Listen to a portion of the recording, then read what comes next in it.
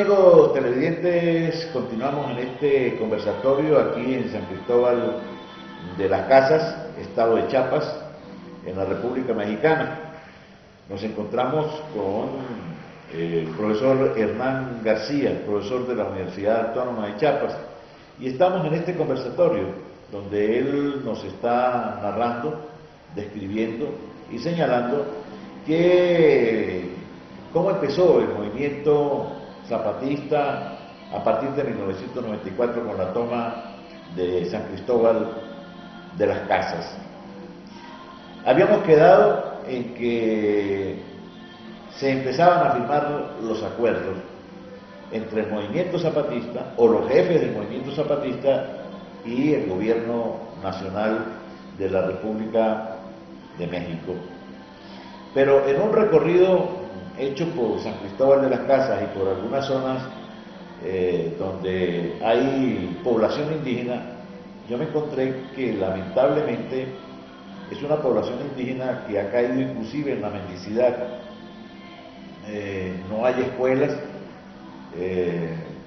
problemas de salud por todos lados, y pareciera que a ese 250.000 de indígenas que tiene la República Mexicana, pareciera que es una población olvidada y que ha tenido que acudir a situaciones bastante precarias. Muchos de esos niños de esas naciones indígenas piden limosna, otros pues tratan de sobrevivir con sus artesanías, pero al fin y al cabo es una población bastante descuidada. Sin embargo, el movimiento zapatista, he notado aquí en San Cristóbal de las Casas, como en toda la República Mexicana, goza de cierta simpatía, quizás recordando in memoria esa acción político-militar que bajo la dirección del subcomandante Márquez se realizó acá en San Cristóbal de las Casas. Pareciera también que ese movimiento se encuentra en este momento en reconstrucción. Vamos a hablar con el profesor Hernán a ver qué hay de cierto ante unos partidos políticos que dicen ser de izquierda, pero que al fin y al cabo se enlazan con la derecha y se reparten las cuotas de poder simplemente. Pero dejemos que sea el profesor Hernán quien nos explique esta situación. Sí, efectivamente, la situación, los acuerdos de San Andrés no se cumplen, simplemente se firman, no se cumplen los acuerdos de San Andrés, el movimiento continúa, la comandancia general zapatista y los milicianos zapatistas se regresan a la selva, a la Candona, y mientras el gobierno pues sigue entrenando a los militares para probables o posibles combates a futuro. Pero entonces empieza otra situación, que ya el gobierno empieza a operar por medio de grupos de paramilitares, empezar a entrar en las comunidades o en las bases de apoyo zapatistas vía paramilitares, que precisamente muchos de ellos formaban parte de diferentes partidos políticos, ¿no? Que tendrían que ver con el Partido Revolucionario Institucional, con el PRI particularmente, y actualmente tal vez con algunos panistas, ¿no? Hay unas situaciones con el PAN, ¿no? Exactamente, sí. Exactamente. Y entonces, pero la situación continúa, porque logramos identificar, por ejemplo, en Chiapas ahora, desde un estudio universitario, 7 problemas letales que están matando a Chiapas, que son, por ejemplo, la pobreza, el rezago educativo, el atraso económico, el rezago agrario, ¿no? La situación que tiene que ver con la falta de infraestructura física, la migración interna y la migración internacional, y también la situación que tiene que ver con la marginación de muchas comunidades, tal vez porque está dispersa la población también, pero realmente los servicios que más carecen los compañeros indígenas pues son precisamente estos, ¿no? Los más básicos. Creo que la educación y la salud son de los más descuidados en el estado de Chiapas, y que se puede ver. Por eso le comentaba, fuera de cámaras la situación de esta vida que Chiapas realmente, como dicen los poetas aquí en San Cristóbal de las Casas, Chiapas es una belleza que duele, porque tantas riquezas y tantas bellezas naturales, pero paradójicamente la población vive en una situación bastante difícil y complicada que obviamente genera un sinnúmero de movimientos. No hay que olvidar que, por ejemplo, Chiapas se anexó a México en 1824 y desde mi punto de vista como profesor universitario creo que lo han considerado en México como tal, como anexado, ¿no? Y no precisamente tal vez como parte de la República Mexicana. De la República, sino como un anexo, así los vamos a atender, ¿no? Y pues después de más de 70 años de gobierno priista, del PRI, pues entonces eran de los últimos que se atendían. Tanto es que, como usted dice, se puede ver, es evidente la situación que vive Chiapas y pues obviamente tiene problemas sociales, problemas económicos, políticos y por razones lógicas pues también muchos problemas culturales. Me da la ligera impresión, por las opiniones que he recogido aquí en San Cristóbal de las Casas y en algunos sitios de la capital mexicana, el DF, que pareciera que hay un replanteamiento en el zapatismo. Sí, bueno, realmente empezando por la otra campaña, bueno, es que hay una estructura bastante...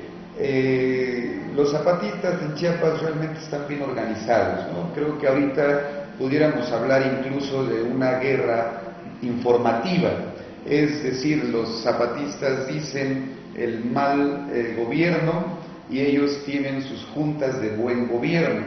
Cuando usted llega a una comunidad zapatista, obviamente ahí hay un letrero que dice: está usted en territorio zapatista, aquí el pueblo manda y el gobierno obedece. Y no reciben los apoyos estos realmente que no están contribuyendo para el desarrollo económico, social del país, que son, por ejemplo, como oportunidades, que son, por ejemplo, para el caso de Chiapas, unos programas que se llaman, por ejemplo, Amanecer, o este tipo que no están contribuyendo realmente, sino que están haciendo que el pueblo esté en la misma pobreza, en la misma situación. Y entonces es la guerra informativa esta del mal gobierno y entre el mal gobierno y el buen gobierno. Entonces existe obviamente el Comité Clandestino Revolucionario Indígena en las bases de apoyo zapatista, existe la Comandancia General del EZLN y también las bases de apoyo zapatista, existen los municipios autónomos que como región podríamos identificar los caracoles, le llaman ellos, que es como la región, y dentro de ellos hay municipios autónomos, ¿no? Hay 5 caracoles en Chiapas. Después de esta organización, pues también están los adherentes de la otra campaña, que es una cuestión política también. Ahora, tú me hablas de un comando clandestino. Sí. Eso quiere decir que se están preparando para una posible confrontación nuevamente, ¿no? Sí, considero que la situación de los zapatistas en Chiapas, cuando se hicieron aquellos acuerdos de San Andrés y el gobierno pedía que se entregaran las armas y ese tipo de cuestiones, ellos realmente nunca entregaron las armas, ¿no?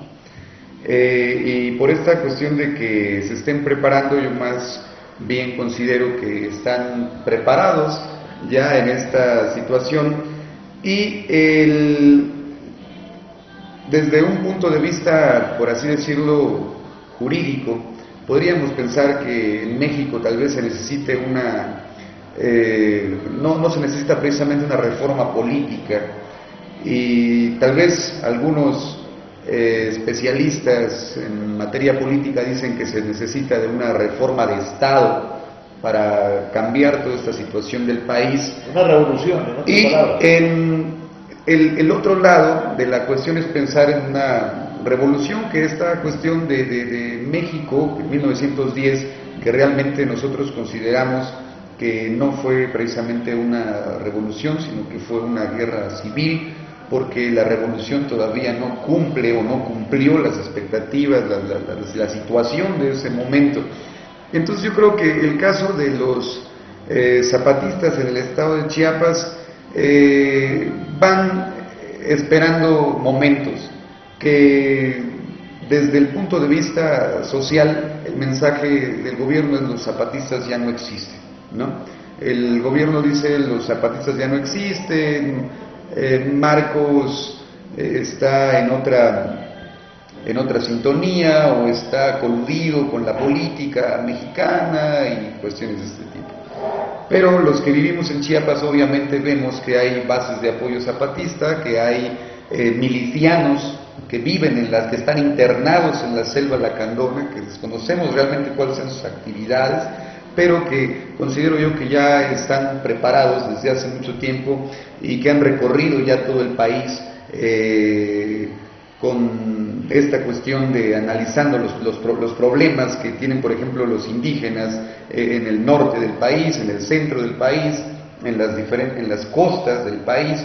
Entonces creo que viene algo difícil para México, porque también la situación en Oaxaca está difícil, la cuestión de Guerrero está complicada y obviamente Chiapas es un ojo que la sociedad actual no deja de mirar por esta cuestión de la globalización, cuántos problemas ha tenido la cuestión esta de la globalización, qué movimientos se han generado y le digo, los zapatistas están aquí en Chiapas y yo creo que están en todas partes y están en todo el mundo porque hay muchos simpatizantes zapatistas en todo el mundo, ¿no?